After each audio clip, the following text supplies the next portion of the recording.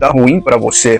Imagina para quem é católico romano. Não beba água durante as refeições. Veja essa história e como isso pode ajudar a reduzir o seu purgatório. No convento onde a beata Emília era priora, a regra era nunca beber entre as refeições. Ela dizia para as irmãs: ofereça essas gotas de água para os seus anjos da guarda, para que eles guardem até a outra vida, para temperar-lhes depois o calor do purgatório. Como isso pode ajudar a reduzir o seu purgatório? Perceberam a loucura que é a religião?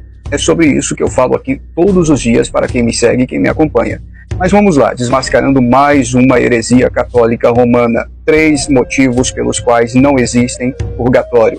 Vamos analisar os textos bíblicos. Em primeiro lugar, permita-me destacar que a heresia chamada purgatório não vem da doutrina apostólica, nem da igreja primitiva e muito menos das escrituras, mas é uma construção, abre aspas, teológica medieval. Essa heresia tem suas raízes iniciais entre o século II e o século V.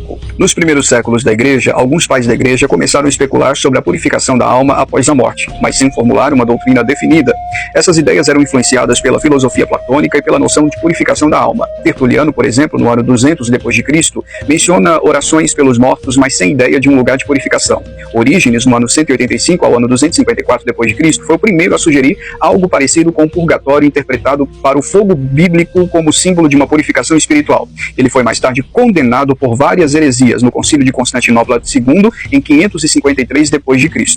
Mas é importante notar, nenhum concílio antigo ou texto apostólico ensinou o purgatório, as ideias eram opinativas e não doutrinárias. Apesar de tudo isso, no entanto, a heresia chamada purgatório foi declarada oficialmente como doutrina para a Igreja Católica Romana nos seguintes concílios. Concílio de Leão I, 1245, foi a primeira formulação oficial sobre o purgatório. Também no Concílio de Florença, em 1439, onde reafirmou a crença e o valor das orações pelos mortos.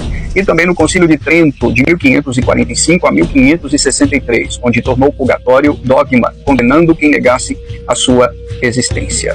Notem vocês que sempre quando a Igreja Romana não consegue provar algo à luz das Escrituras, sempre vai apelar para a tradição e o magistério, como se a tradição estivesse acima das Escrituras. Mas como de praxis, eu vou analisar os textos bíblicos que são usados por quem defende esta heresia e mostrar dentro do grego original que esses textos não estão falando absolutamente nada a respeito de purgatório. E ainda vou deixar os textos que validam que não existem purgatório à luz das Escrituras. Vamos lá. Para não perder o costume, eles vão usar um texto apócrifo de 2 Macabeus, capítulo 12, versículos 39 a 46, para tentar validar esta heresia.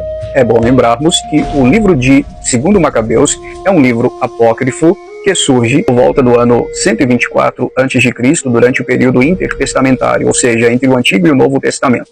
A Igreja Romana lança mão de tal texto apócrifo para validar, por exemplo, a oração pelos mortos. Mas esse livro não pode ser considerado um livro inspirado pelo Espírito Santo, não é um livro inspirado por Deus, é um livro apócrifo porque foi rejeitado tanto pelos cristãos primitivos quanto pelos judeus. O segundo texto usado por eles para validar a heresia do purgatório é a primeira carta de Paulo aos Coríntios, capítulo 3, versículos 11 a 15. Vamos ver o texto, observando apenas o verso 15. Se a obra de alguém se queimar, sofrerá perda. Contudo, ele mesmo será salvo, todavia, como que através do fogo.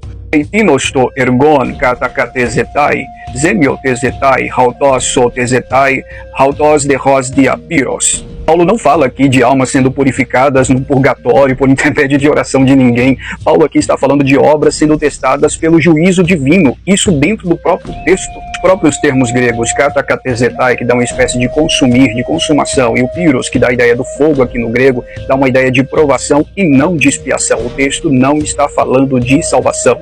Romaninho que me assiste, fogo aqui é uma metáfora para o juízo divino que testará a qualidade do serviço cristão, nos valendo dos termos gregos e também do próprio contexto do texto. Não está falando de purgatório. Em último lugar, um texto muito usado também por eles é Mateus capítulo 12, versículo 32. Quem falar contra o Espírito Santo não será perdoado, nem nesse mundo e nem no vindouro, onde eles encontram purgatório aqui, pelo amor de Deus. Enfim, dentre vários textos para refutar esta heresia, eu poderia citar diversos, mas eu vou citar apenas um texto, que é Hebreus capítulo 9, versículo 27. O texto bíblico é muito enfático. Está ordenado aos homens morrerem uma só vez, depois disso vindo o juízo. O texto é muito claro. Não existe purgatório.